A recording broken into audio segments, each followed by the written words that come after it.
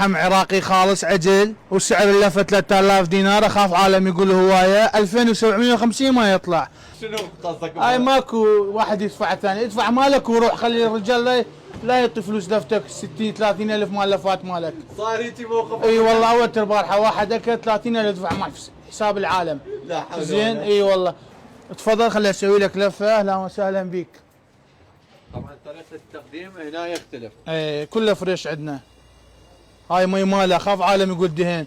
ما عندنا فلوس زين. هاي مي ماله والله بدون مي لحم ماله بدون مبالغه. ما شاء الله زين. النظافه. ما شاء الله ما شاء الله. اول واحد اشوفه بحياتي يتنظف. يا لا وسهلا. والله هذا ذوقك حاجة اخلاقك. وهذا يسمونه هنا على الفرن. وهذا هنا عندنا الطماطم من فريش. يعني هنا ماكو طماطم. ماكو كل شيء ماكو. حار بحار كله. من تريد لفه؟ كله حار بحار. ماكو عندنا والله. خليها يبرد بالمجمده بالتلال ماكو. شديده. والناس معروفه هنا الماس قرب تسجيل دائره العقاري. كله فريش.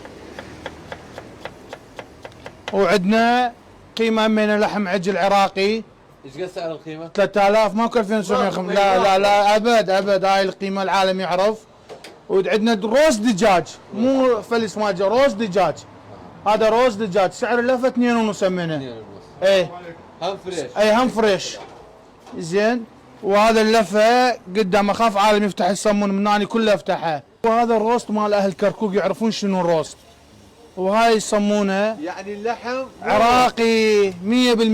اسم الاكله الروست اسمه هو لحم عراقي عجل نشتغل. ما شاء الله. اي اخاف يقول لنا هذا واكثر من هذا تخلي هذا مصلحه خذه مني. اخاف لك نيه يعني تقول والله يخلي قليل او هوايه. يداريني اي مصلحه يصير الموضوع كله. وهاي كرفه سمينه يجي يروح للزبون. زين.